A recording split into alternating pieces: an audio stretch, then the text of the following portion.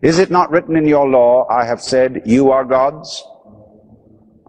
If God called then those to whom he gave his word gods, and you can't deny the scriptures, how can you say I blaspheme?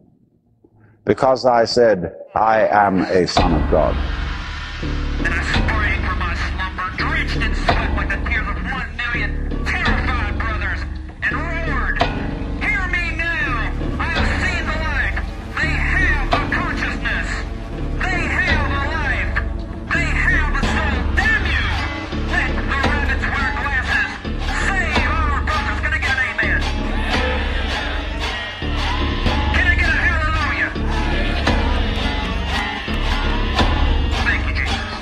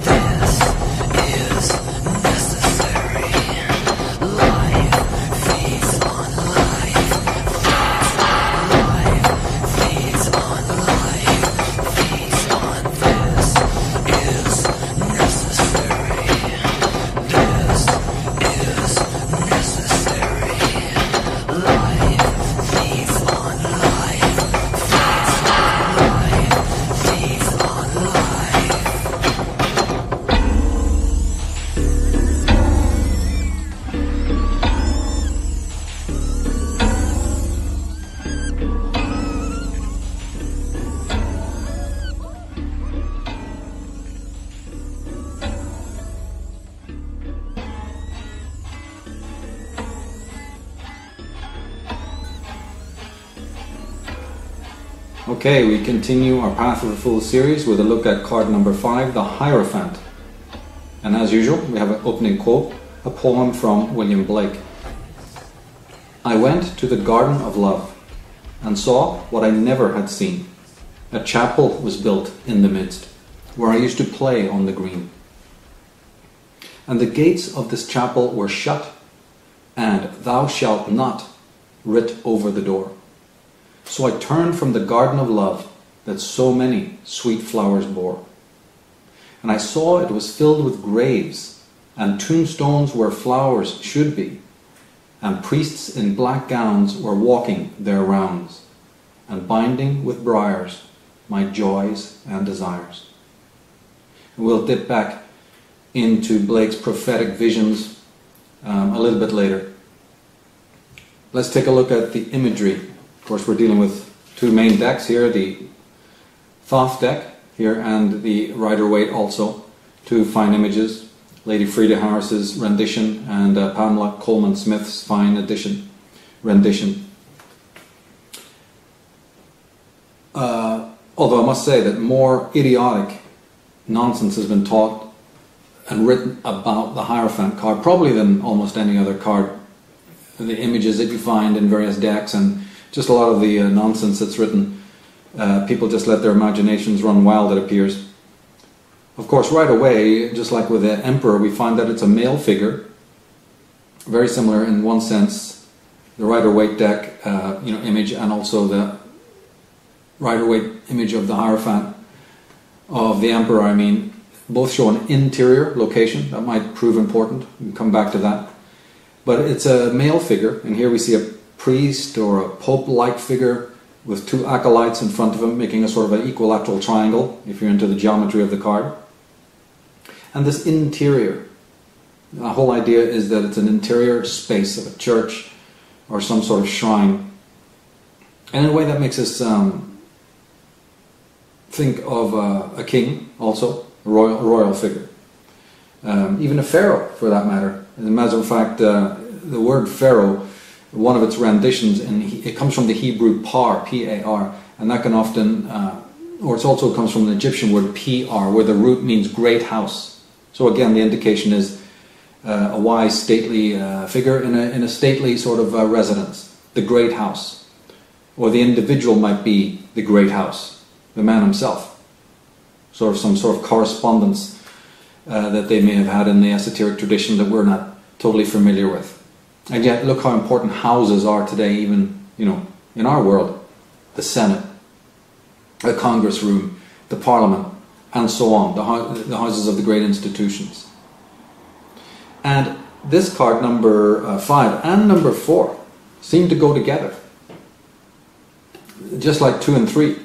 You know, if you set them side by side, whether you do that with the Rider-Waite or with the Thoth deck, there's a close connection. They're both male, as we said, and they're similar. They're patriarchal. When we put the Priestess and the Empress side by side, we see that cards 2 and 3 have this similarity, and here we find the 2 male figures having a sort of an affinity, and they definitely do have in my estimation, because one represents the imperial authority, the royal authority. That's the emperor, and the other is the theocratic school, the priestarchy and the priesthood. It's what's known as crown and gown, or scepter. Crown and scepter versus the gown and the cross, or the crown and the cross, whatever way you want to look at it. One is clearly, I mean, this is autocracy, the control over the status quo, the hierarchy in an external sense, over the physical, shall we say. Whereas this is control over the mental, the emotional, the inner hierarchy, the way things are in the unseen world. So this is really 2 aspects of existence.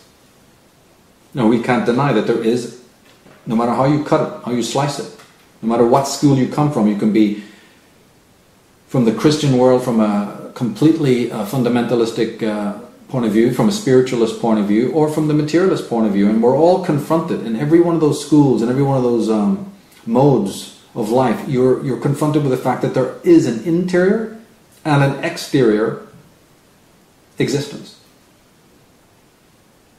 And you're also confronted with the idea that, whether we like it or not, harmony, those two realms, shall we say, have to be harmonized. There has to be at least a working balance. Now, it's arguable whether the balance we've struck, or each individual strikes, is a good balance, a healthy balance. More often it's not, but at least on some even the most rudimentary level, there has to be a balance as such for this harmony between the exterior and the internal world, for us to even have any kind of sanity, any kind of logical existence, shall we say. Now, on a Christian level, returning to the imagery of the card, this is clearly a Christian image. You know, later we'll see if there's something concealed behind that, but on the surface you've got these 2 monks, and you've got this Pope-like figure. You know, so for Christians, you have God, obviously, but then you also have this idea of the ambassadors of God, the ambassadors of Jehovah. And they stretch way back, don't they? You've got even Enoch. You've got Abraham, who kicked it all off, and his sons, like Jacob and Isaac. You've got Moses, the great law bringer, the one who actually was brought into the presence of God, who received the 10 Commandments. You've got Solomon, the great king. You've got Saul and David. And even, for that matter, Jesus of the New Testament. These are emissaries for the great God of light, are they not? Let there be light, declares God, and is scribed in the beginning. And even the word Hierophant actually means the sacred one of light. Phante, phantastes, phantastes, meaning light. And Hiero meaning the hierarchy, the higher one, the sacred one, even. Now, of course, when you start talking about light, as the Bible does, and as religious people do, you actually, whether you realize it or not, immediately start getting into some problems on a philosophical, metaphysical level, because wherever there's light, there's also shadow. So this is a problem. This troubles the dogmatists, who can't quite account for these 2 sort of aspects. If you turn to an article I wrote on my Irish Origins website, on the appendices pages, go and look at light, magic and masonry, and we kind of delve into that. The whole concept of how light even got associated with religion. That's a very interesting study, how light is not only used by religious potentates, the whole cult of light, but how light even became associated with knowledge. Well, light's connected to knowledge and enlightenment, isn't it? And wisdom. Yeah, but how did that happen? Why? Why is light, physical light, associated with mental matriculation and even godliness? But again, turning back to the image, in both the Thoth deck and the Rider-Waite, you see this staff somewhat like the Emperor's scepter that the Hierophant is holding. And it's fairly straight. It's not quite straight, but in some decks it is. And even in these decks, it's relatively straight. And we said in previous programs that this might allude to the pole, given that the staff itself often does relate to the pole. And that it's straight or almost straight is an indication of the return of order, both physical order and psychic order. That's the post-bicameral period, as Julian Jaynes has stated it in his books. The previous stages, in his opinion, being obviously schizoid, and then out of that there comes a coalescence. We dealt with that in previous programs. And even the great Gerald Massey seems to believe that it was with the rise of these solar gods, the solar archetypes and the solar worship, whether it's malignant versions of it or benign versions, that the rise of the solar cults and solar worship seems to have coincided with a fixed calendar and a fixed clock. And established rites and rituals and routines, bringing in that new order. The rites and rituals of the post-bicameral period, what might be loosely called the historical period, being associated, coinciding with an idea of a fixed time and fixed rites and routines. In fact, we can turn to Greg D. Jacobs in his book, The Ancestral Mind, has an interesting caption I'd like to read. He says, "In the Western world, mechanized timekeeping put an end to that kind of informality and flexibility. By the time of the Middle Ages," okay, he's jumping forward a bit, but his point still holds for us. By the time of the Middle Ages, monks had already begun to use devices like sundials and the hourglass to mark their schedules for prayers. Later, the tolling of bells in church towers regulated activities for all within hearing. With the development of commercial centres, large clocks on town halls in public squares enabled townspeople to measure in even more discrete units. And when the pocket watch and later the wristwatch came along, the dictates of time became personal and internalized. And we take these things for granted, so the point he's making is, number one, that it's become all-pervasive, but it's also linked to ritual and to religion, this idea.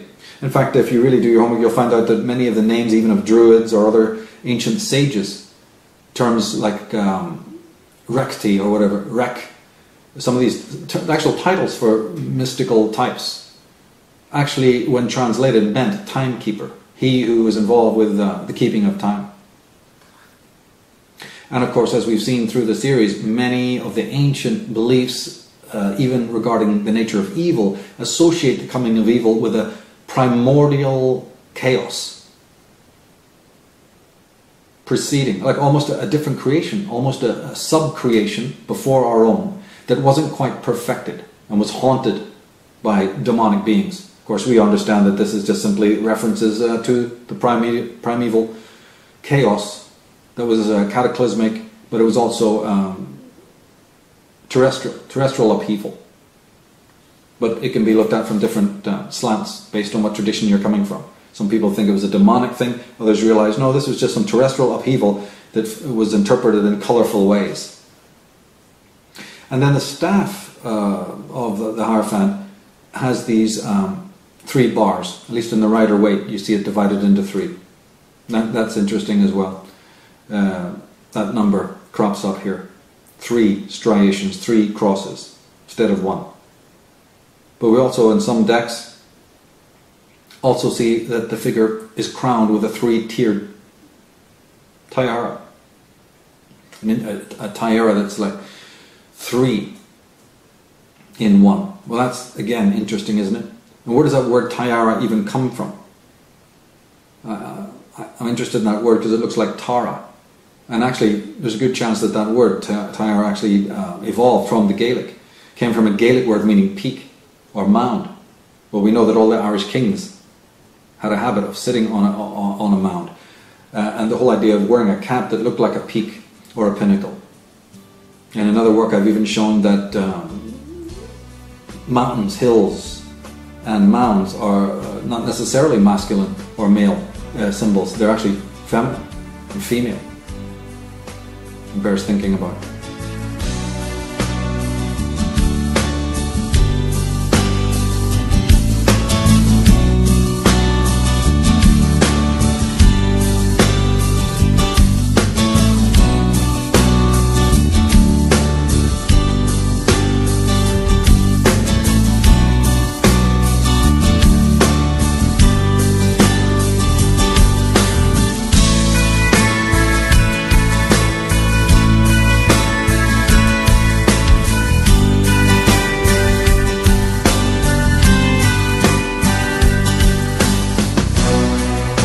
Now, I'm sure that most of you know the old story about the astronaut who went far out into space and was asked on his return whether he had been to heaven and seen God. And he said yes. And so they said to him, well, what about God? And he said, she is black. And although this is a very well-known and well-worn story, it is very profound. If you are intelligent and reasonable, you cannot be the product of a mechanical and meaningless universe. Figs do not grow on thistles. Grapes do not grow on thorns. And therefore, you, as an expression of the universe, as an aperture through which the universe is observing itself, cannot be a mere fluke. Because if this world peoples, as a tree brings forth fruit, then the universe itself, the energy which underlies it, what it's all about, the ground of being, as Paul Tillich called it, must be intelligent. Now, when you come to that conclusion, you must be very careful, because you may make an unwarranted jump. Namely, the jump to the conclusion that that intelligence, that marvelous designing power which produces all this, is the biblical God. Be careful. Because that God, contrary to his own commandments, is fashioned in the graven image of a paternal, authoritarian, beneficent tyrant. It's very easy to fall into that trap, because it's all prepared, institutionalized in the Roman Catholic Church, in the synagogue, in the Protestant churches, all there ready for you to accept. And by the pressure of social consensus and so on, it is very natural to assume that when somebody uses the word God, it is that father figure which is intended. Because even Jesus used the analogy, the Father, for his experience of God. He had to. There was no other one available to him in his culture. But nowadays, we are in rebellion against the image of the authoritarian father.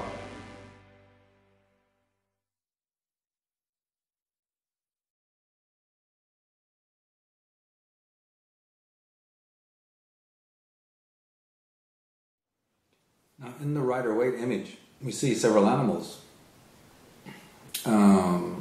Some are a little bit hard to identify, but it looks like there's an eagle there, there's an elephant, and there's certainly, obviously, a bull. We'll see that that connects to the astrological interpretation of this card in a minute.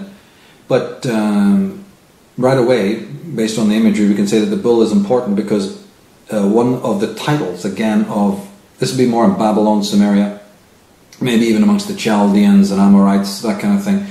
The word Shur, S-H-U-R, or Tur, T-U-R, was a word that meant leader or king. And so the bull often stood, there's a whole iconography of bull symbolism that you wouldn't believe in the ancient world.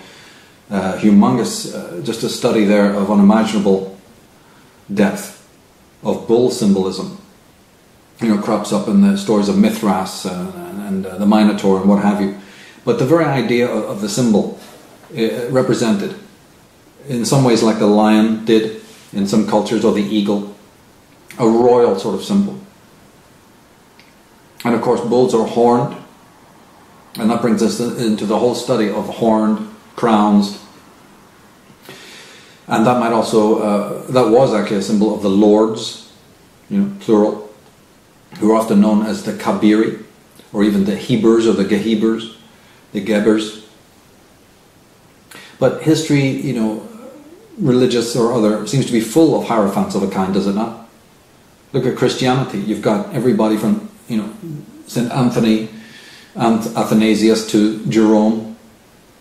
You have all of those, the bevy of scholastics, what are known as scholastics, which is the medieval monks and scribes, of which there's a long list, but certainly St. Anselm and Aquinas and St. Augustine and Thomas à Kempis, that kind of person, and their Oriental counterparts. There's a lot of them as well, like Avicenna. All of these scholars were trying to give some body to the Word of God, to the Scriptures. They had been influenced by Platonic studies in Greece and Athens. They've been affected by the work of Aristotle and others. And so they had their work cut out for them to try and give some, to get rid of the contradictions, to iron out some of the inconsistencies and contradictions that crept up in Christian works. And they're part of a tradition. They're part of a tradition of sort of dualism, culminating in Descartes and others. And whether that dualism that they've tried to resolve has been resolved is anyone's guess. I mean, there's different schools again trying to decide whether that dualism has satisfactorily been remedied and explained. But see, in this card I also see the seniors within more elusive. It represents seniors, of the more elusive arcane lodges, of masonry, of Templar societies, of even equestrian orders. Because isn't this consistent with the warrior knights, people like the Cistercians, for instance? Isn't this indicative of people like Godefroy de Bouillon and his gang, the Hugh de Payens, the Bernard de Clairvaux? I mean, doesn't that fit Bernard de Clairvaux, the founder of the Cistercian movement, or the head Jesuit, the so-called Black Pope? And we know that those orders, those equestrian Masonic type orders, are fascinated by hierarchy. Let's remember the Masonic degrees and what have you. But all down through time, through myth and legend, we find the figures that correspond to this card, whether it be Osiris or Ptah or Nimrod or Marduk, as we said, Abraham, Moses and Saul. But even outside of Christianity, say maybe in the Judaic tradition, this fits the rabbis, the concept of the rabbi, the Cohens, and the Nazi. It fits John the Baptist, Jesus, Muhammad, St. Paul, the founder of what we know to be Christianity, St. Peter, the rock. See, the phallicism of this, the masculinity of this, fits perfectly. The founders of the Christian religion. Deeply implied phallicism, from the pointed headdresses on. In a more modern context, I can see that this fits Joseph Smith, for instance, or Charles Taze Russell of the Mormons and Jehovah's Witness groups, Billy Graham, and for that matter even Dr. Phil, any sort of masculine type that people look to. And also the Alcoholics Anonymous, where they sell you Jesus. The whole idea is that you have to accept an authority to get through their program. It's very religious in that sense. That, in other words, what they're trying to say is, if you have any kind of delinquency and even criminality, the solution, it's almost implied that the solution involves a recognition of some sort of father figure in a sort of a pan-religious sense. And we see the same thing cropping up in even groups like Scientology and other wacko-jacko crazy cults. There will inevitably be the presence of a leader or some sort of champion, a patriarchal figure. But if we move on, because we could spend a lot of time on the symbolism there, but if we move on and just look at even the number for a moment, we find that 5 is one of those numbers. It's made from odd and even numbers coming together, which is interesting. 3 and 2, 4 and 1. Its esoteric letter, though, in the esoteric tradition, which is important, is Vau, spelled V-A-U, and pronounced Vau. And that in turn represents a nail or some sort of phallic instrument, a very phallic motif, a nail, to bind and to join. Of course, it's half of 5. 5 is half of 10, so you can see a dissected apple, making a pentagram, and the whole idea that you're dissecting the number of perfection. You know, perfection being sort of split into two parts is interesting. 5 also connotes phi, P-H-I. A word or a letter in Greek that esoterically stands for the supreme creation harmonic. In mathematics, that's 1.618. A number that is associated with the cosmos. It's connected with, in geometry, the golden section.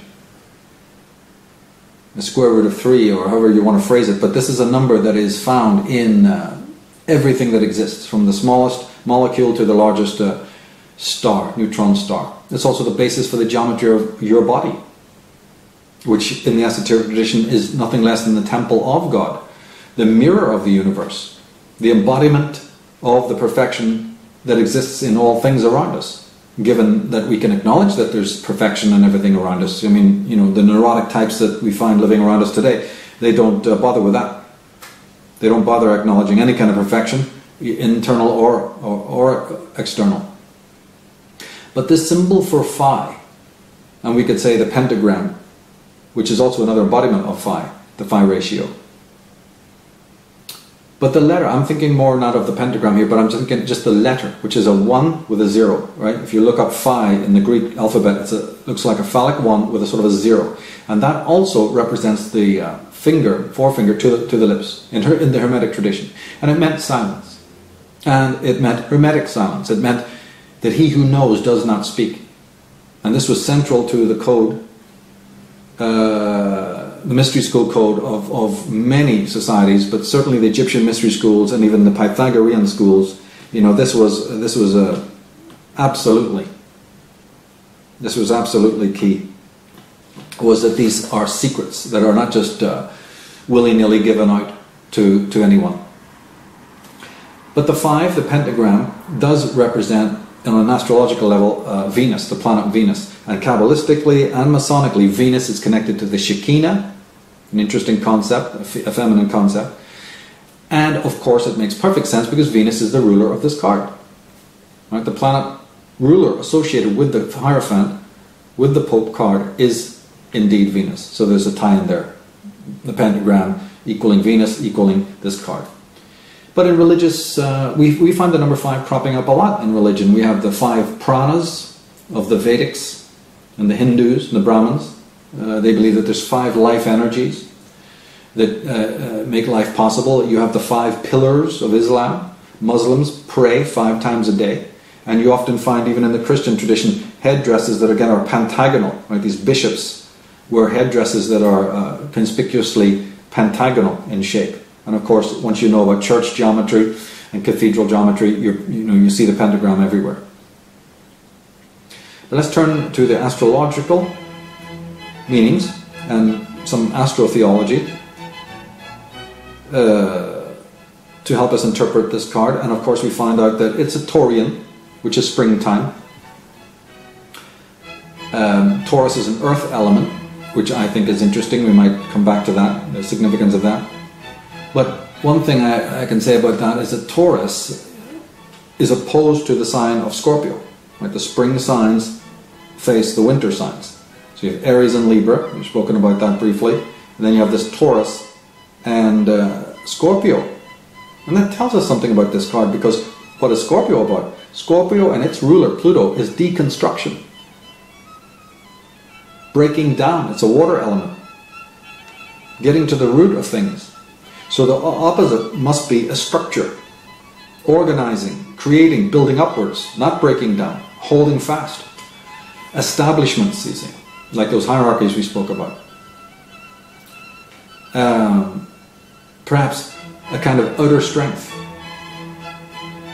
as opposed to an inner activity. But the myths, from an astrological, astrotheological, or sidereal mythological aspect, the myths surrounding Taurus are innumerable. I mean, you just can't come to the bottom of it, where you're talking about, Gilgamesh or Sir Gawain in the Arthurian. I mean, it just goes on and on and on. And they're particularly based around the constellations Orion and the Pleiades, which of course we understand this was a northern constellation that in that Arctic homeland scenario we talked about, that theory of before the pole was tilted, those would have been constellations that would have been clearly visible. So it's not surprising then that the stars of Taurus, whether it's the three stars of Orion or the 7 stars of Pleiades, lots of myths and legends are based around them. Orion is the famous warrior, and certainly the myths of Gilgamesh, Osiris, Hercules, King Arthur are based around that archetype, no question about it. The main star up there in Taurus is Aldebaran, which is a Persian or Arabic word meaning eye of the bull. So there's the bull motif again. The word Aldebaran also means the follower, and the Arabians knew it as the subduer. So again, there you have that concept of overcoming, sort of like the warrior, strong male symbolism. See, these Taro people knew what they were doing. They were syncretic, and they brought all of these traditions together. And I would also add that since the early spring, April, May, this card is associated with May, the early spring, a lot of modern political events of one kind or another often coincide with this time, when the sun might be in conjunction with one of these stars of Orion's belt, like Aldebaran. See, we wouldn't normally think of that, but those who've done their esoteric homework, who are coming from the occult tradition, might pay attention to that. Where's the actual sun during the year when certain political rites and rituals are taking place in May, which they often do. But on a basic level, this is just simply the newborn sun, the young hero, overcoming his physical obstacles on his way up to the peak of the zodiac. You find this motif brought out in the most bizarre ways. For instance, the whole idea of these young Latin men jumping over the head of bulls as they race down the street. Rather bizarre, and one might say extremely dangerous habit. But there you have it. And in Rome, the period was marked by the festival known as Perilia. We'll have links below for people who's not familiar with that. But there is a strong Druidic connection behind this card. Just looking at the astrotheology of it, in the sense that the word Pope itself comes from Papus, meaning father. And it's not particularly Druidic, but bear with me and we'll see how it turns out to be. Another title of the Pope officially is Pontifex, and that means bridge builder. Bridge builder. And the cardinals, who are the agents, the Pope is picked from the College of Cardinals, right? And the cardinals sort of apparently serve the Pope. They surround him. But the word cardinal comes from cardia, which means hinge of a door. So the Pope is both a key holder and a doorway, or a doorkeeper. And we do see the symbol of the twin keys on the Vatican, silver and gold, lunar and solar. Right? So that the Pope can be understood symbolically as a sort of portal to salvation, a doorway or a doorkeeper, and that is purely Druidic, because one of the words Druid, one of the roots of the word Druid is duare, or door. So one of the meanings, the connotations of the word Druid meant door, and the symbol in all medieval art and in earlier forms of art was a doorway, just like those portals that you see at Stonehenge, just like this fixation on portals in some of the megalithic sites. So bear that in mind. The gateways, portals and doorways have been associated with the Celtic and pre-Celtic Druids, and yet here we find the etymology creeping into Orthodox circles. They're borrowing it. The whole idea of a cardinal being a hinge of a door also relates to the zodiac, the colliers of the 12 signs. Purely astrotheological, in other words. And as I said, once upon a time, before the precession, not Aries but Taurus would have been on the eastern horizon. It would have been the rising sign. It would have been the sign into which the sun rose during the age of Taurus, what is known as the age of Taurus. In other words, it would have been a cardinal sign. That's what's known in astrology as a cardinal sign, when it was at the eastern horizon. So is that the reason why red, the color red, is associated with the cardinals? It's a very interesting concept to look at. But in any case, the age of Taurus was previous to the age of Aries, right, in time. We have to count back 2,000 years, then 2,000 more, and we come to the age of Taurus.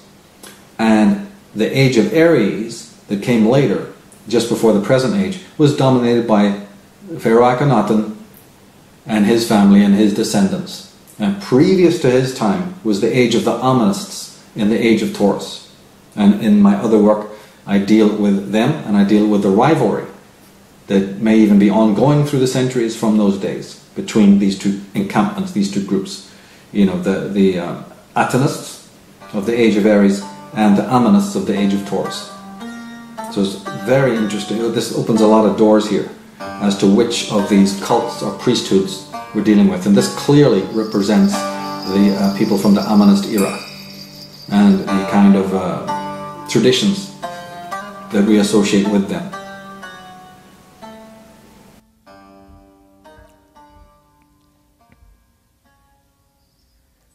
O solar disk, beginning of life, when you rise in the eastern horizon of heaven, you fill every land with your beauty. You are beautiful, great, glittering, high above the earth. Your rays, they encompass the lands, even all you have made. O Ra, although you are afar, your rays reach down to earth. Although you are present in the eyes of men, they do not know the course you follow in the heaven. When you set in the western horizon of heaven, the world is in darkness, like the dead. People sleep in their chambers. At night, every lion comes forth from his den. All serpents, they sting. Darkness reigns. The world is in silence, for the sun has gone to rest in his horizon. Bright is the earth when you rise in the horizon. The darkness is banished. When you send forth your rays, the two lands are in daily festivity. Men and women awake and stand upon their feet, for you have raised them up.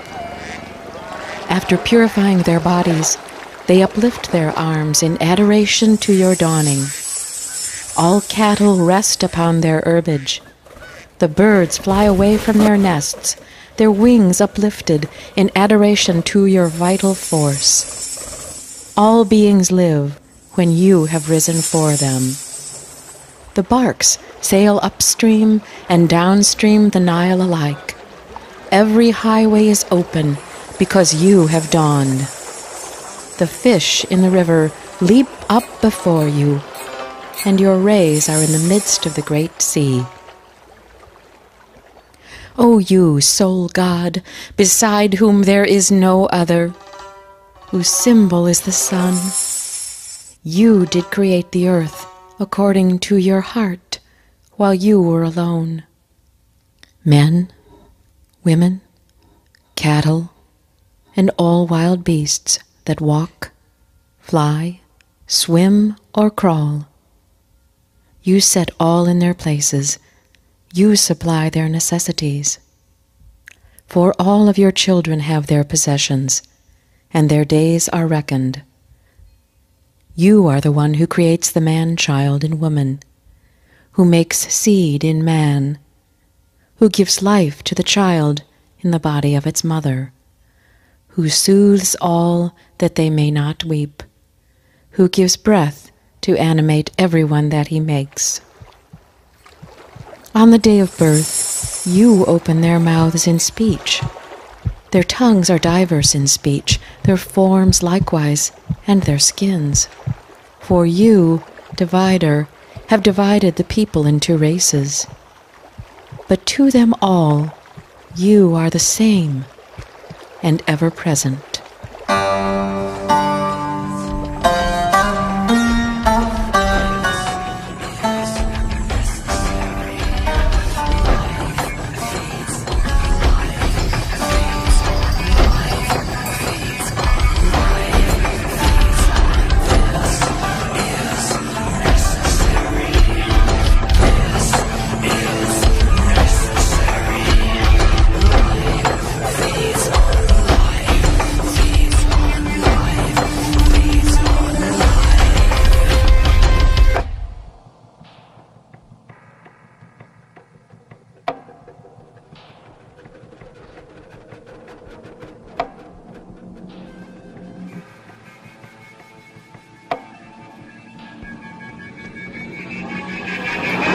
Now, if we turn to the Egyptian connection, which we've been doing throughout this series, trying to tease out if these cards are showing something related to Egypt, and we know that that's true, we see that there's a connection here to Osiris, very important Amonist god. This Amonist tradition, I should add, is very antique. It goes back many, many thousands of years. It existed far longer than the Atonist era. But Henry Frankfort, in his book Kingship and the Gods, speaks of Osiris and says that Osiris was originally a mythological figure expressing the Egyptian conception of kingship, worshipped because the community viewed its leader as an intermediary between man and nature, a god with whom every Egyptian identified himself in death and in whom he placed reliance for his personal salvation. And of course we recall that this cult of Osiris was basically compromised, overcome by Akhenaten, or by the time of Akhenaten, this light-infatuated heretic king of the 18th dynasty. And I maintain through my historical and conspiratorial works that his descendants, the descendants of the Atonists in one form or another that still are in control of our world today, as odd as that might first sound, people who are new to ideas like that. But of course, this cult of Osiris was polytheistic as opposed to monotheistic, and involved certain feminine goddess types, you know, like Isis and Nephthys. And its center of Osiris's worship, for those who want to go to Egypt, is a place called the Osirion. This was one of the centers of the cult.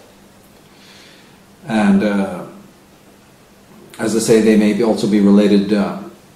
There's a tie in there to the shepherd kings, or the Hyksos,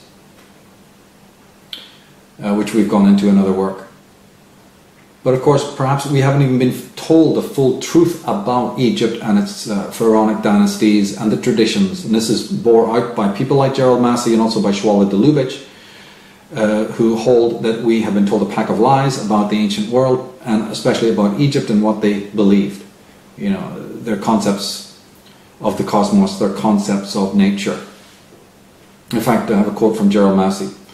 He says, the Egyptians had no vicarious atonement, no imputed righteousness, no second-hand salvation. No initiate in the Osirian mysteries could possibly have rested his hope of reaching heaven on the Galilean line of glory. His was the more crucial way of Amenta. Amenta was the underworld. To tread with the guidance of the word that step by step and act by act he must himself make true. So, you know, this stands very much, as we know that a lot of pagan elements, Egyptian elements are infused into Christianity. There are certain areas in which, you know, the roads do divide between the pagan understanding of salvation and the more modern Christian one. Now, of course, we understand that the Jews, the Judaic tradition is very much about good deeds on this planet, on this earth. That you're bound to obey the commandments and do good deeds. Whereas in Christianity, in some very powerful sections of Christianity, you know, it's by faith, by grace, by being forgiven by God, accepting Jesus and all of that, and not necessarily by good works. You know, and this is can be gone into because there's a lot of parting of the ways with these denominations based on this whole concept, and one could really get into that. But the whole idea that you're self-responsible. The Egyptians are obviously not people who are saying, you know, let these priests take over. It doesn't quite seem to be the same thing as what we're used to today.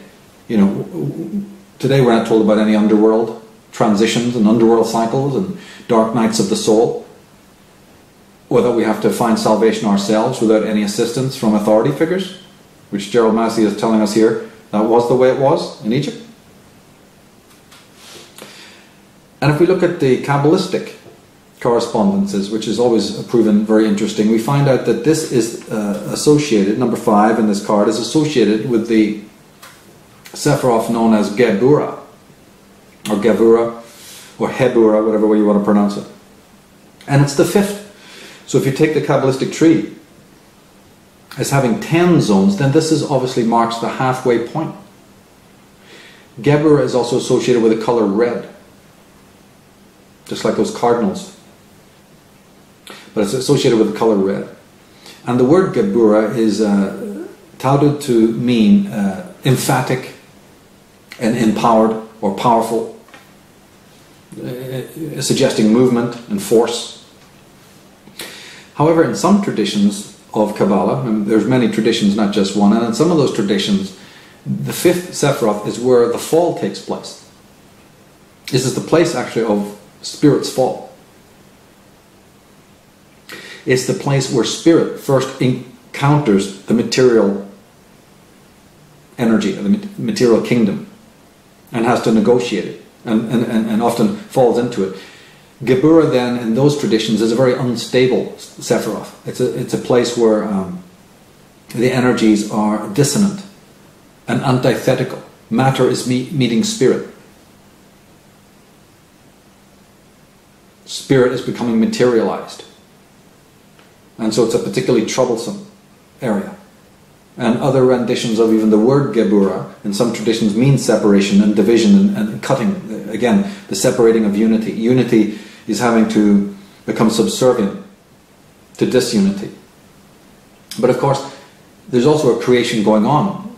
If Geburah is the beginning of the material, then it's a new creation. It's a creation nonetheless, even though it may be a materialistic one. You know. As we said, 5, the number, is made of odd and even. So there is indeed an antipathy there. But what that really does, I think, this Kabbalistic anecdote, it really opens up that whole deep philosophical questioning that, look, if God is creator, if he can be the creator of all things, then obviously you have a problem, because he's also the destroyer of all things. I mean, they don't even hide it in the early books of the Old Testament, because God wraps up the creation, doesn't he? He unleashes the flood. He's unhappy and he destroys things. So it follows that if God is the creator of all, he's also the destroyer of all. But Christians sort of have a bit of difficulty recognizing God as a destroyer, or as the origin and author of evil. They've not been able to resolve the problem with any kind of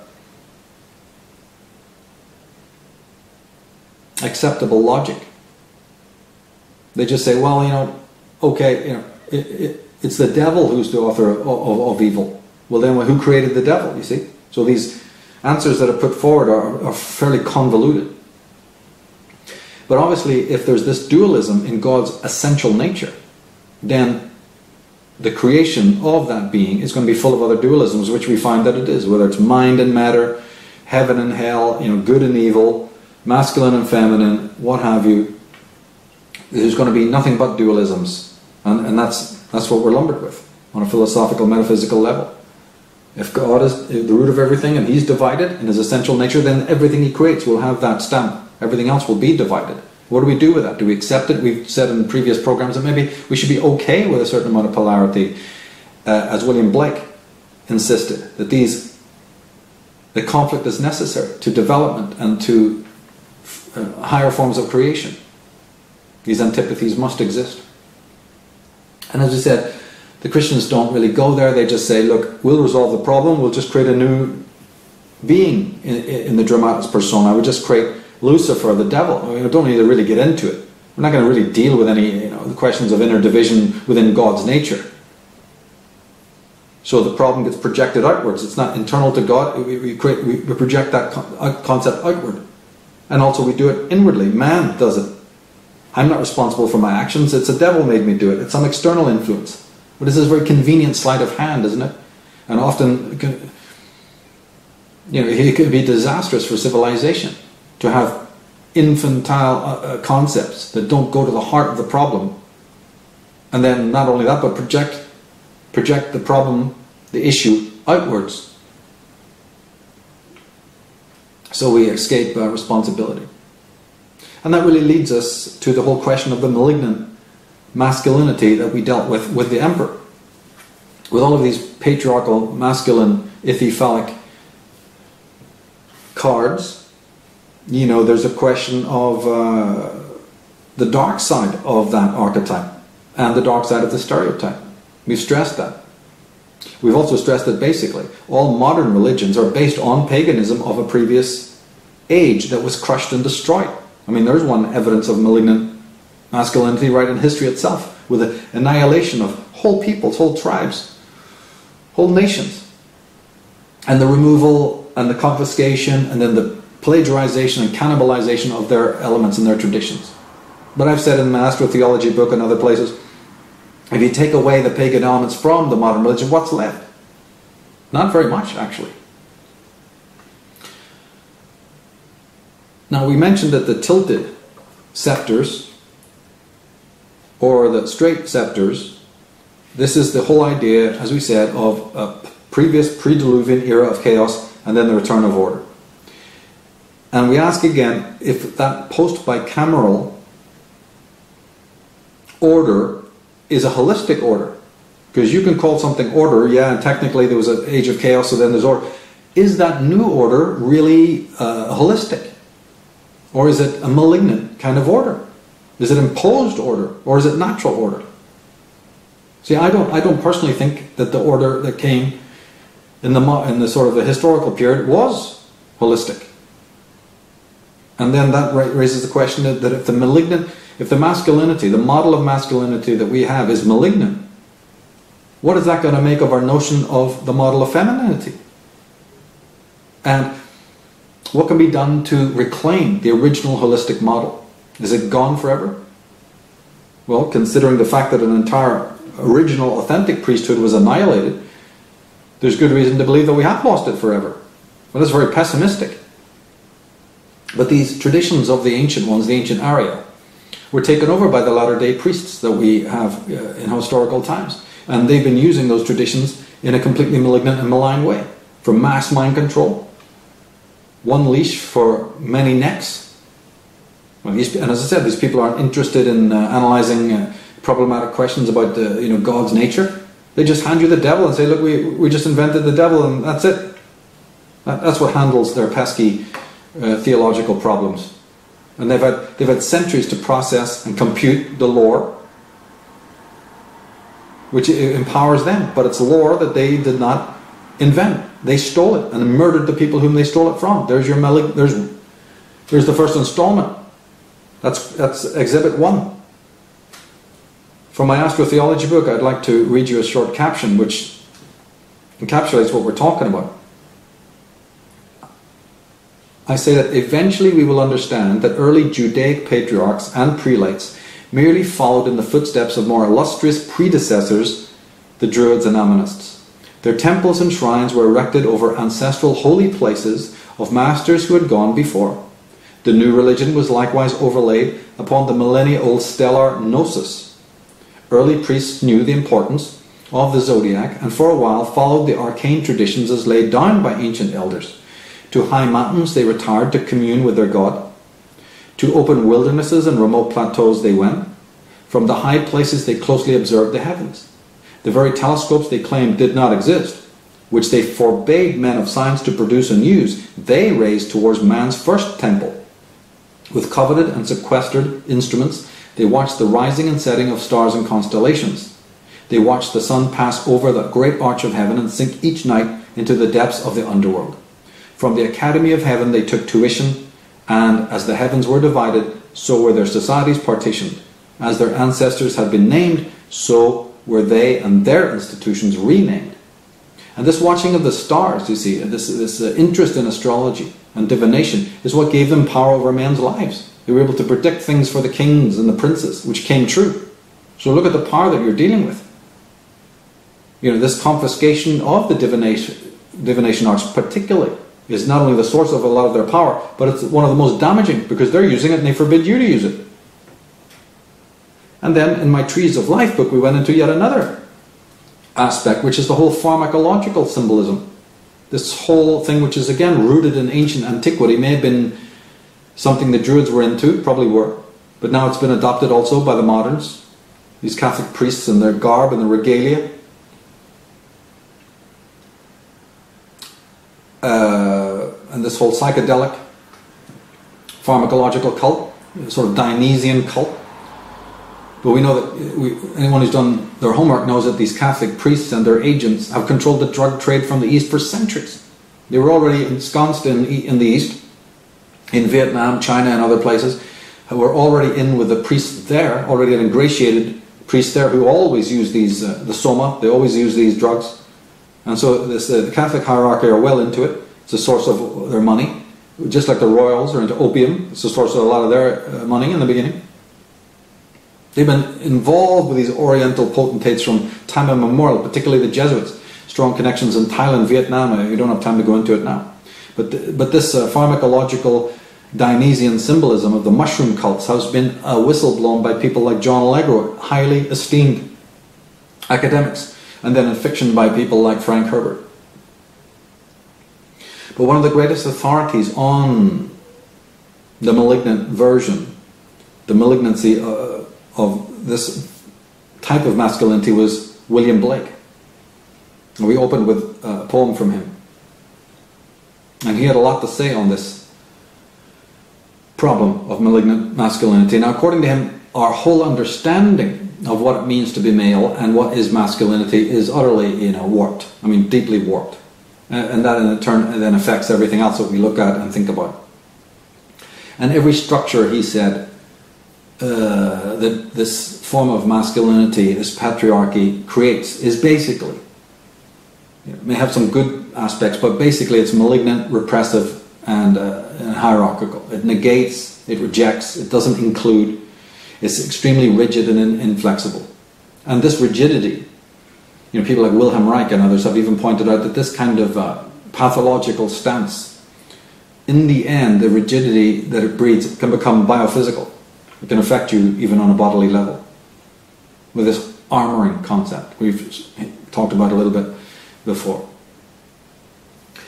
But of course, anytime there's a hierarchy, then there's an echelon above, and that's an exclusive group, a quorum, and they sequester the knowledge that they have. They're not going to just hand it out. So the moment that you have these models, you immediately have this pecking order in which you are lower. You're starting off as an adept, and you're not just going to have access to the kind of power, influence, and wealth, or knowledge or whatever that the upper echelon has access to.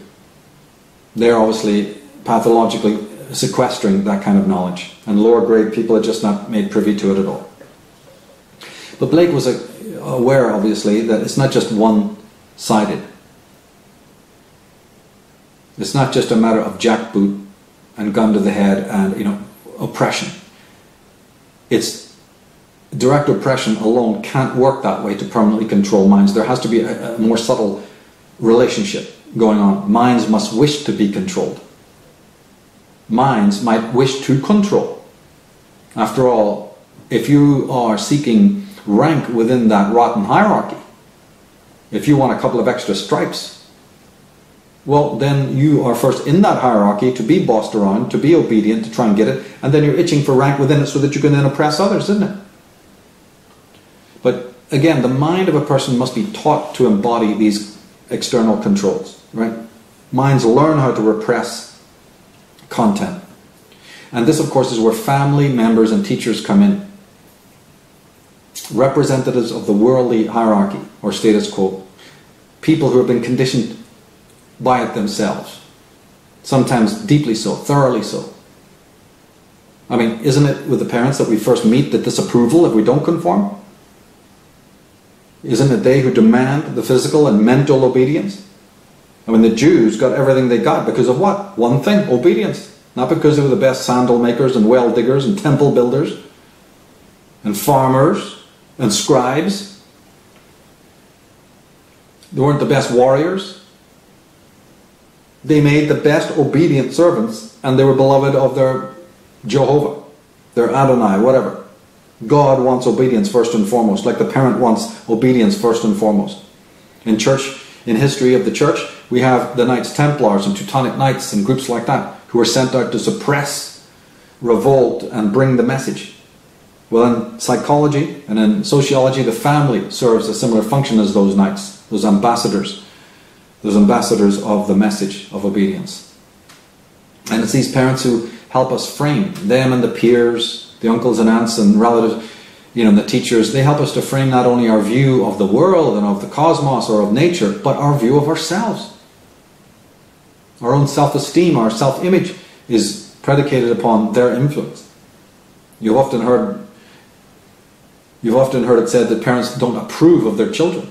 But are you aware that a lot of children don't approve of their parents? But they have to keep that buried, don't they? A child may disapprove of their parents, the behavior of the parents, or see that the parent hasn't really fulfilled themselves in their own lives. But is the child going to be able to voice that?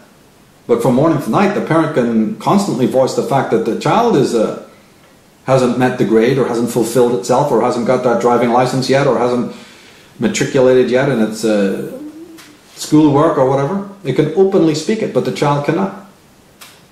Well, those are we project, it's human to project, so we project an image, a human image of authority. That's where God comes from, but we learn to do it right in the home. In fact, it's been noticed that when we project a benign God or benign image, it's usually in the human form. But when it's a destructive divinity, it usually appears in a monstrous character. This is kind of interesting as well. But in Blake's personal iconography, in Blake's canon, this would be Bromion. And Bromion is the repressive aspect of the tyrant demiurge Urizen that we spoke of before. And we needn't go into Urizen again, except that he's the architect of this post-bicameral period. Well, he has another aspect, even more repressive, and Blake used another character to express that even more repressive aspect of Urizen, Bromion.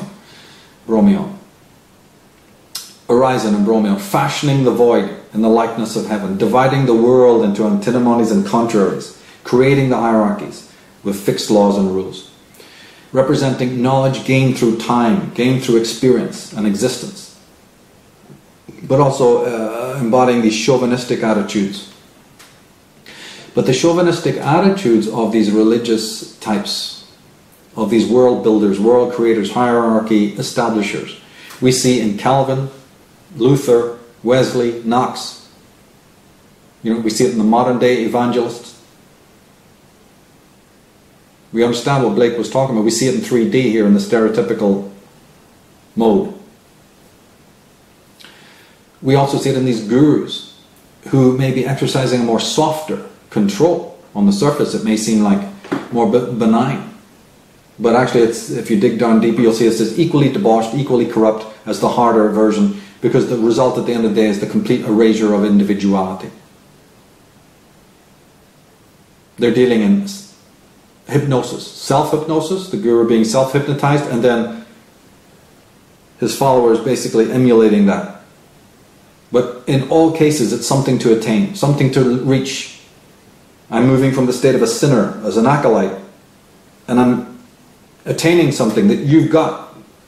But the glories and awards are bestowed by you. They're not brought forth within me. They're bestowed by Mr. Big, the head honcho, the boss hogs. And it must be earned. And when they feel I'm ready, I'm enlightened. Blake said, rubbish, no way, no way. How can we have civilization when this is going on? And Blake also knew that these creatures are disciples of a certain kind of light. And he knew that these priests on the theological side, as we hinted earlier, work hand in hand with the royals. Or as Ayn Rand would put it, the witch doctors and the Attilas. Attila the Hun and the witch doctor work hand in hand for the control of the herd. The priest doesn't really work with reason. He works more on the level of emotion and instinct, working on our fears and some of the unconscious fears that we have that we're not really aware of. Again, but treating people in the herd mentality. And why not? It's proven successful time and time again, so why change the formula? But again, what formula? What lies at the root of this malignant masculinity? Well, let's turn to Gerald Massey. He gives us a hint. Actually, more than a hint, he puts his finger right on the nub of it.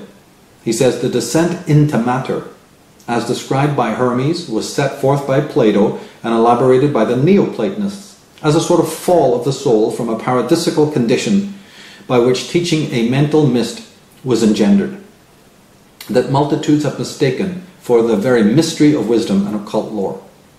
So he's saying that we have taken as a given, as an absolute fact, this idea that the soul has descended from a mysterious other world, the spiritual realm, into this world which has fallen. Right? Fall from a paradisical condition, and then that teaching has created a mental mist in which we see a separation, a division again between a spiritual and a physical realm. This is the center of so much occult lore, he says. And he goes on to say that Plotinus depicts the soul as descending from its pure estate into generation by immersion in matter. So you have spirit and you have matter. To be entirely submerged in which is nothing more than to fall into dark mire. To be immersed in matter is the death of the soul, and the true life consists in getting out of it. For to be plunged into matter is to descend into Hades and fall asleep. Others, like Philo, have said the body was a prison in which the soul suffered its punishment. These supposed abstruse doctrines cannot be fathomed except in their physical beginnings.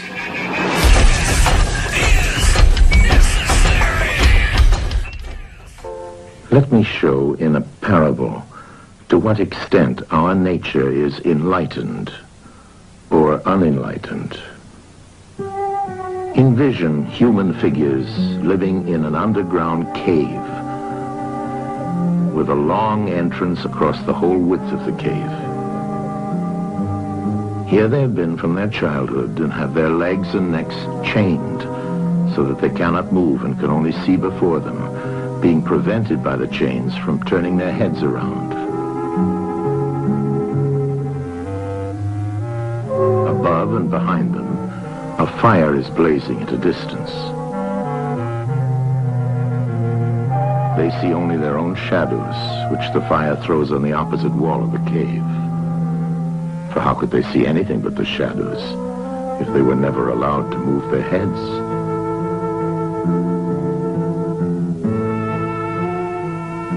Between the fire and the prisoners, there is a raised way and a low wall built along the way like the screen which puppet players have in front of them, over which they show the puppets. Do you see men passing along the wall, carrying all sorts of articles which they hold projected above the wall? Statues of men and animals made of wood and stone and various materials?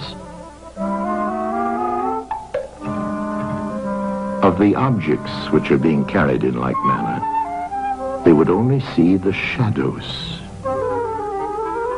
And if they were able to converse with one another, would they not suppose that they were naming what was actually before them?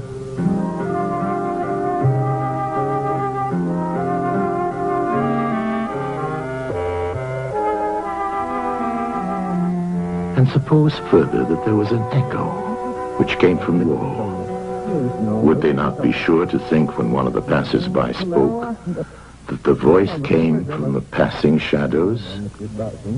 To them, the truth would be literally nothing but the shadows of the images. And now look again and see what will naturally follow if one of the prisoners is released. At first, when he is liberated and compelled suddenly to stand up and turn his head round and look towards the light, all this would hurt him, and he would be much too dazzled to see distinctly those things whose shadows he had seen before. And then conceive someone saying to him that what he saw before was an illusion, but that now, when he's approaching nearer to reality and his eyes turn toward more real existence, he has a clearer vision. What will be his reply? And you may further imagine that his instructor is pointing to the objects as they pass and requiring him to name them. Will he not be perplexed? Will he not think that the shadows which he formerly saw are truer than the objects which are now shown to him? And suppose once more that he is reluctantly dragged up a steep and rugged ascent and held fast until he is forced into the presence of the sun himself. When he approaches the light, his eyes will be dazzled, and he will not be able to see anything at all of what are now called realities. He will require to grow accustomed to the sight of the upper world.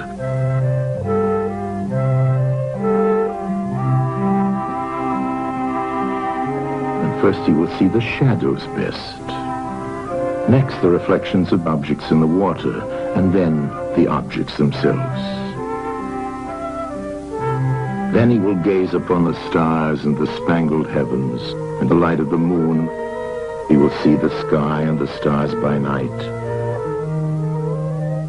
Last of all, he will be able to see the sun. And not mere reflections of it in the water, but he will see the sun in its own proper place and not in another.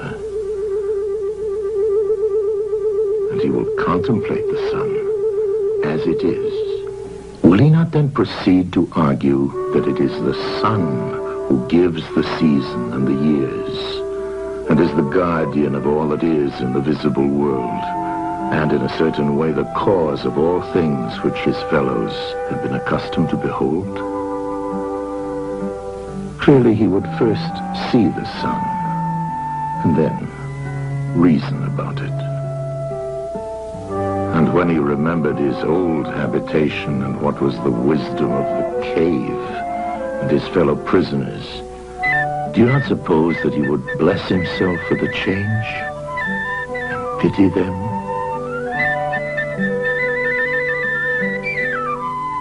And if they were in the habit of conferring honors among themselves on those who were the quickest to observe the passing shadows, and to remark which of them went before and which followed after, and which were together and who were therefore best able to draw conclusions as to the future, do you think that he would care for such honors and glories, or envy the possessors of them? Would he not say with Homer, "Better to be the poor servant of a poor master, and to endure anything rather than think as they do and live after their manner"? Imagine once more such a one coming suddenly out of the sun to be replaced in his old situation. Would he not be certain to have his eyes full of darkness? And if there were a contest of measuring the shadows, and he had to compete with the prisoners who had never moved out of the den, while his sight was still weak, and before his eyes had become steady, wouldn't they all laugh at him and say he had spoiled his eyesight by going up there, and that it was better not to even think of ascending?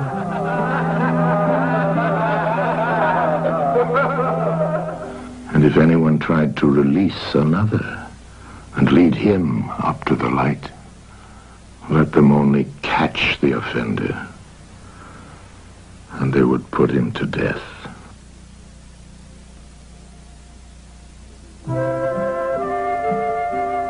It is the task of the enlightened not only to ascend to learning and to see the good, but to be willing to descend again to those prisoners and to share their troubles and their honors, whether they are worth having or not. And this they must do, even with the prospect of death. They shall give of their help to one another, wherever each class is able to help the community.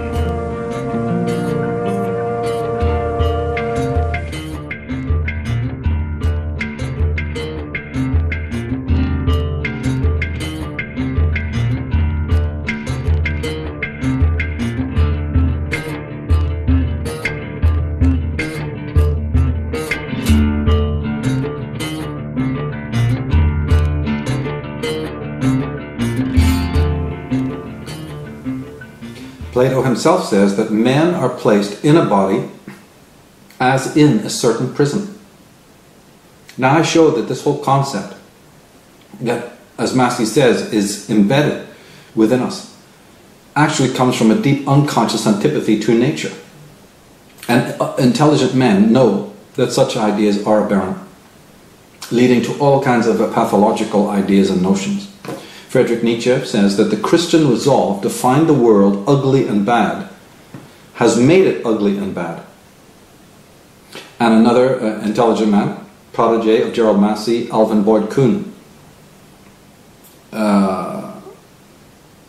wrote these words, which I've many times used because they're so fundamental. They help us pierce through the veil and get to the root of what's going on. He says that the real Maya, or illusion, is not in the natural forms, but in the mind's propensity to conceive or project forms created by its own inventiveness, but which do not agree with the truth extant or potential in nature. So he's saying, yeah, there's been a fall, all right, but don't blame nature. It's got nothing to do with nature. Nature is not a prison of the spirit. It's not a cage of anything. It's not even different than spirit. It's you who've created the division. It's a mental idea. You're strangled, you're chained in what Blake referred to as mind-forged manacles.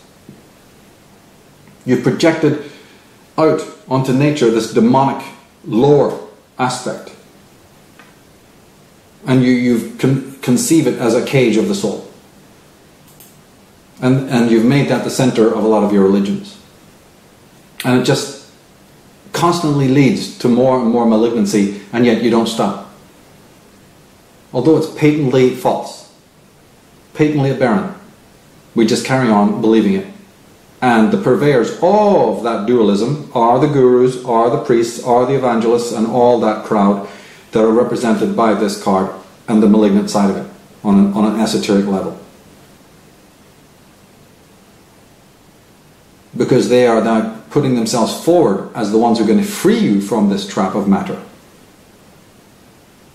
They're going to sell you the technique.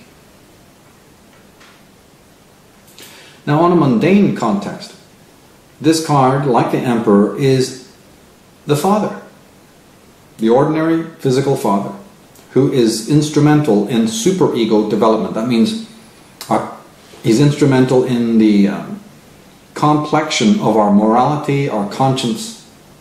You know, he's the one who teaches us what the world's all about. He's the one who teaches us, you know, that structure and order are needed and that there are rules and regulations and laws to abide by and to understand.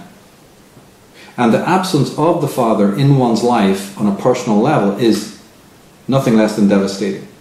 Our civilization is becoming aware of that fact as every day passes. Ultimately, if there's no order within, no conscience within, then our whole vision of reality and our role in it is disordered and problematic. You know, for many people who turn to be materialist, atheist types, the world is just some sort of dead, mechanical thing. Well, of course, because they're dead, mechanical things walking around. So it's very easy then to have this worldview, isn't it? Because you lack something inside. If you're bioenergetically and spiritually dead within, then why should you think of anything outside of you as being, you know, perfect or full of life? The wheels of the intellect, the wheels of reason may be spinning, but they're doing so automatically. You know, and even if it's not a materialist atheist type of person, the one who's not bringing meaning from within is running them to some creed or some ideology to which they can conform. You know, because I don't want to be able to, I don't want to personally explain anything. I want St. Paul to explain it for me. I want Martin Luther to explain it. I want Karl Marx to explain it. I'm not able to bring meaning from within. That's too much work. I wait for the world and the things of the world to turn me on. I'm engaged and I'm entangled. I'm not free and independent. You know, I feel great when I'm a part of a system or a hierarchy. I have a social persona. I have an idealized self. And that bears the stamp of worldly approval. I know what my life is to be justified, is to do charitable acts, is to act self-sacrificially. Duty and responsibilities towards family, towards everything else. None towards myself, but that's what it's all about. The meaning of life is in serving other people. and my value and my rewards come from this obedience and self-sacrifice. I'm enslaved to the teachers, the pastors, the priests, the Boy Scout masters, the warlord, the prime minister, whoever. Or to that disembodied being in the sky. So as I said, before we even need to bother asking metaphysical questions about God's nature or masculinity and femininity, we just need to observe the dynamic of these masculines and feminines and males and females in our own societies and families. How many of us have conformed to exactly what our parents wanted us to be? How many of us rebelled against it and did the opposite? How many are even aware of parental influence, period? How many, as I said, are aware of the emptiness that might be at the center of a parent's life? How many parents live through their children? Well, very few of us ask these questions because it's a taboo subject. We don't want to investigate anything like that. But it needs to be studied. Adultism is often the root of many other forms of tyranny. And that starts at home. It starts at home with the parents who care less about our claims of sovereignty, who could care less about introducing us to our own sovereign power, our inherent power. No, why should they be thinking of that? They're massively inflated by having a creature this big born to them, over whom they have total control. And even though it may be false love disguised as love, doesn't make what I'm saying any less the case. Look around you. Look at the state of the world. And as I say again, we anthropomorphize. We project outwards these images of inner control. The ego, the superego, it happens in the infant years because the first gods that we have are indeed the parents. Even if they're demons at the end of the day, devils, we still, on one, it's the other side of the coin of our adulation of them. Because it's the structure of our superego development. But do we really know what that entails? Do we know how the pillars of our conscience and our consciousness get to be laid? When we project this trust, what are we actually doing? We're disempowering ourselves. We're endowing that object with all of the sovereignty and power. And we live in its shadow. We have, it has our faith. I mean, just examine what happens if you're a member of some group like the Mormons or the Jehovah's Witnesses, the Watchtower Society. They make it so that any individual that is born of one of their families cannot vote, can play no role in politics, cannot salute the flag, cannot say the Pledge of Allegiance, cannot be in the military, can't even go to normal doctors for the slightest illness, can't have a blood transfusion, is forbidden to attend any other church except their own, so you can't even study what's out there. You're not even permitted to study rival groups or rival beliefs. You can't hang out with non-Jehovah's Witnesses. Kids cannot hang out with anyone who's not a Jehovah's Witness. You can't belong to the YMCA. You cannot celebrate birthdays, Christmases or Easter. There can be no such thing as Mother's or Father's Day, and you can't even attend things like proms and school dances. Now that's not complete control. And those are the only ones we know about. Within them, they've got lots of other prohibitions. I mean, the thing just goes on like a giant web of control. So, as I said, we have this concept of a disembodied God in the sky. And then you have its messengers, its potentates, its priests. They themselves can be victims, not only of a kind of self-hypnosis, but also just of simple religious mania, delusion. Embodied in this kind of creature is your Charles Manson types, your Reverend Moon, right? The Rajneesh and his followers, or Ron L. Hubbard. What about Jim Jones and David Koresh, and the Elizabeth Clare Prophets, and the Joshua Stones, and the Jay-Z Knights, right? And the Adolfo Constanzos, or the people who follow the Urantia groups, so these Raelians, or the members of the Solar Temple, the members of the Heaven's Gate. And as we said, Jehovah's Witnesses and Mormons as well, and many other groups like that. What about that lunatic in the East? That Shoko Asahara, with his little crazy Aum Shri Rikyo cult, right? The 1995 let loose this attack of sarin gas in the Tokyo subway. His followers included people who were fabulously wealthy, computer programmers, even millionaires. And in that cult, you actually, when you went to the temple, used to make a mask of this guy, this Shoko, the way he looked. You'd have a mask made for you, or you'd make a paper mache mask and wear it. You became him. He became you. Erasure of personal identity. There, you're even wearing a mask of your guru, let alone a picture of him around your neck. Thought that was bad enough. But look at the tremendous power of Opus Dei, the tremendous power of the Jesuits, the tremendous power and wealth of, say, even Scientologists, with millionaires and billionaires and all sorts of celebrities joining these cults. What is all of this? Why do we do it? Because we are lethally afraid of freedom. We want freedom from freedom. We want pseudo-freedom. What we call freedom is just a less taut leash. And we can see this in history, that there's periods of sort of relative freedom then replaced by more oppression in the next epoch. It's the pattern of history. And the sum result of it is lack of trust in oneself. We're displaced from selfhood completely. And we feel comfortable about that on a deep level. We want to be part of the elect. We want to be anointed. We want to live in the Master's light rather than kindle our own. Now this infantile process, Blake is saying, how can civilization possibly be healthy? You see, as long as this kind of infantile process continues. And he, like myself, the remedy is to have the abolition of religion on all levels. If people want to be religious, they can do so in their own homes, in their privacy, but where can civilization go as long as this is... We have churches, we have religious beliefs in public, in the open, affecting thousands and thousands of people. As Blaise Pascal, the philosopher, said, men never do evil so completely and cheerfully as when they do it from a religious conviction. Now to understand this, you can't understand it until you realize that, historically speaking, there was this cataclysm in the past, and we are still in the early stages of healing from that. The quote from Erich Fromm that encapsulates that concept of how new, utterly new, freedom is. He says, what categorizes medieval in contrast to modern society is its lack of individual freedom. Everybody in the earlier period was chained to his role in the social order.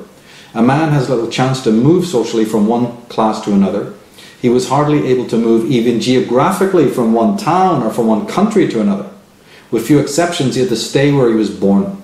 He was often not even free to dress as he pleased or eat what he liked. Medieval society did not deprive the individual of his freedom because the individual did not yet exist. Now this is in the medieval period. So we are in the earliest stages of having the kind of freedom that we're meant to enjoy today. And for a lot of people psychologically, it's a fearful thing to have that kind of freedom and that kind of responsibility. And that's where this masculine figure comes in. That's where its importance is on a more, as I say, malignant level. It's the protector from the monstrous. That could be an inner threat from the inner world, or it could be from the exterior world. The stuff and the stimuli of the world and the hoops to jump through and all of the different problems of the world that the infantile mind feels threatened by. That deep subconscious fear of just the world with its threats and complications. As T.S. Eliot said, humans cannot bear too much reality.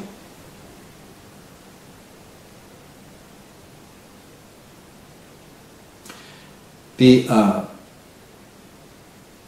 psychologist Wilhelm Wildeband had two words I want to draw your attention to. One is ideographic.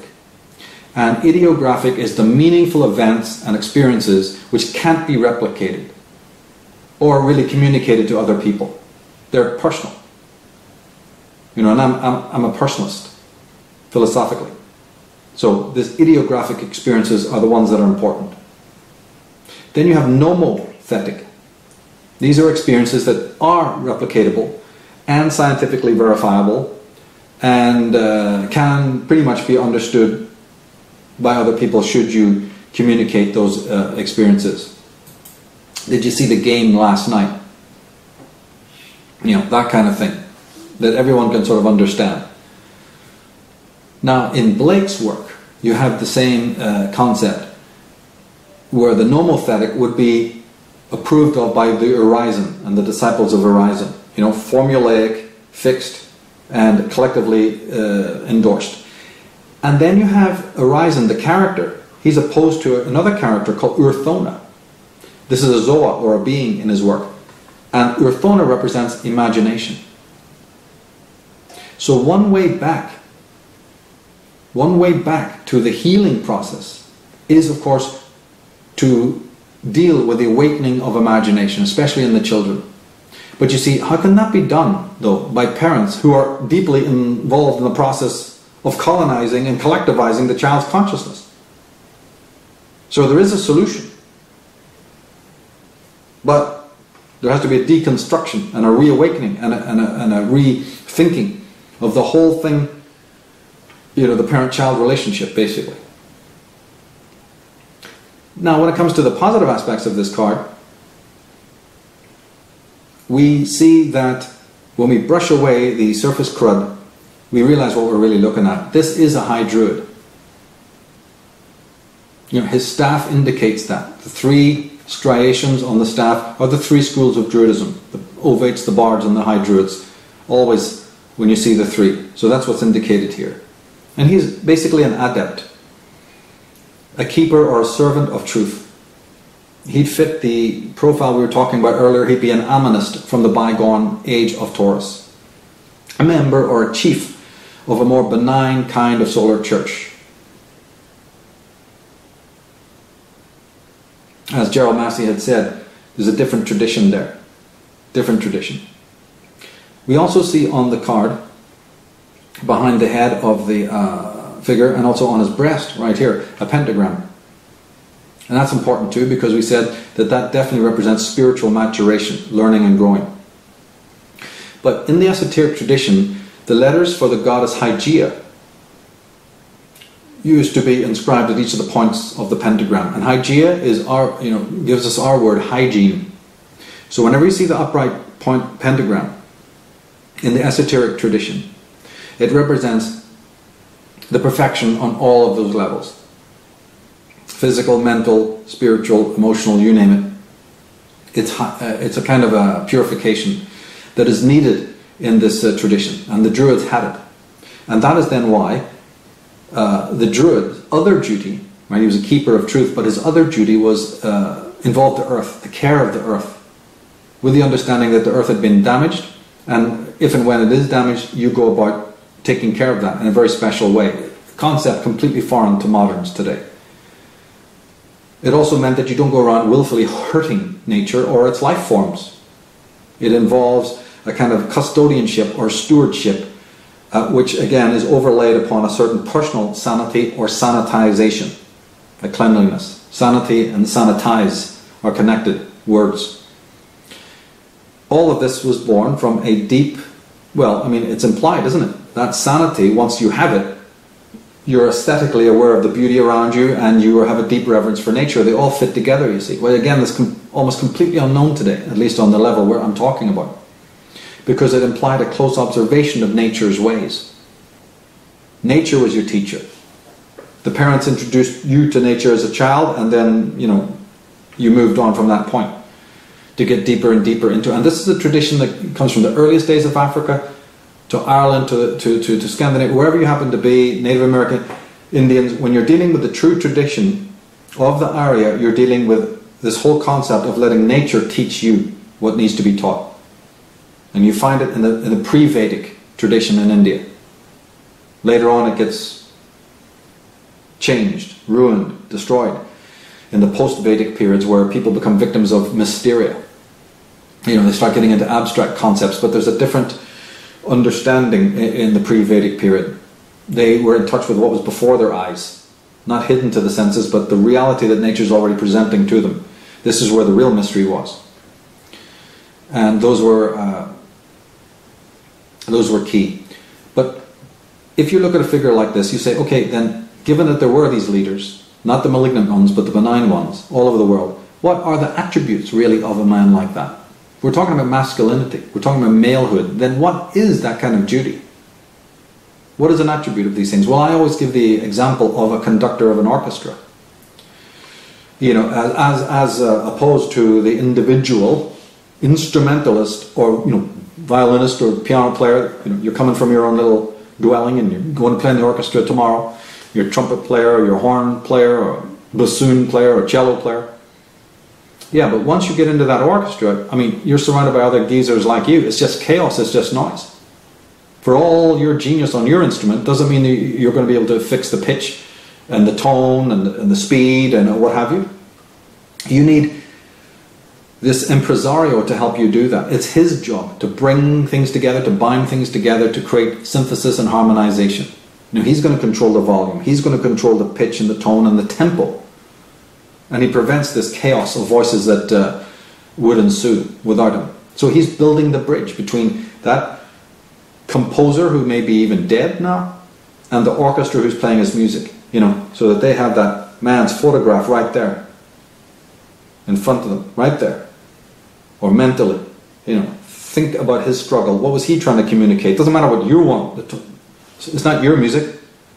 It's this man who struggled, who may have gone through gulags and imprisonment and exile and suffering of unimaginable proportions. Are you tuned into that? And he's also building the bridge, the conductor's also building the bridge between the orchestra now, the music, and the audience. So there's bridges are being built. That's when it's successful. He's trying to create that zone in which the instrumentalist, for all his genius, must enter into with the rest of the orchestra to be locked in. Otherwise it's just the Muppet Show, chaos, chaos. Now such men who have this power, sociologically, politically, spiritually, have the choice then, you see, to use or abuse this knowledge. In the same way that the emperor does, so does the Hierophant. He has that power to lock you in. He has the power to bring harmony and synthesis, but he can use it to either destroy individualism or encourage individualism, to undermine individualism or utterly cast it to the winds. And this leads us to wonder then, doesn't it, why we don't have men on the good side ruling society? Well, as we've shown in other work, that's because of these hierarchies again.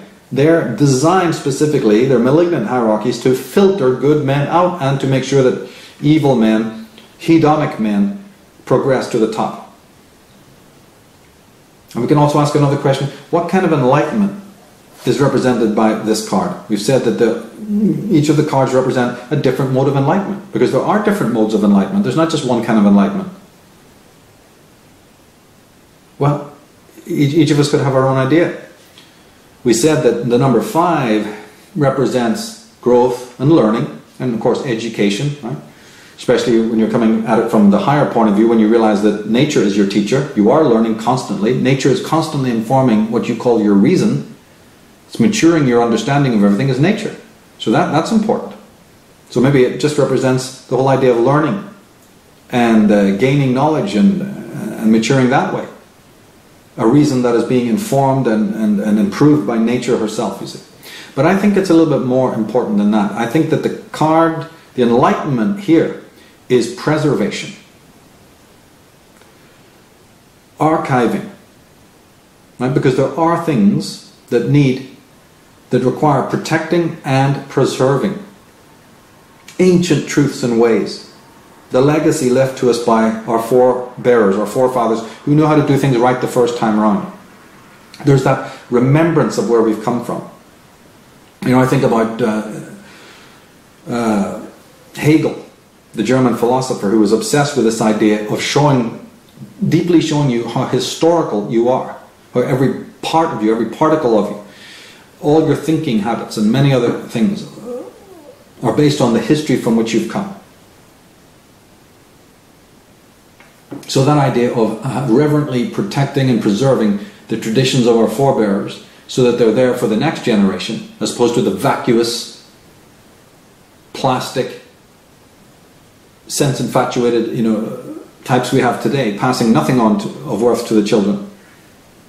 This is about the structure of preserving something fine, whether art, a type of music, an archive of knowledge, and also the few laurel leaves that we pick for the greater teachers of the past. A chain of hierophants, a chain of wise men who care about the legacy of others. It's a give and a take. I didn't invent it, all this stuff myself. I got it from this guy, like a musical influence. And I'm going to transmit that musical influence to guys who are coming after me. But there needs to be a conscious awareness of this process and a deep reverence of, you've passed the baton to me, I'm going to clean it and pass it on to somebody else. Even adding my own little touch to it, which is individualism.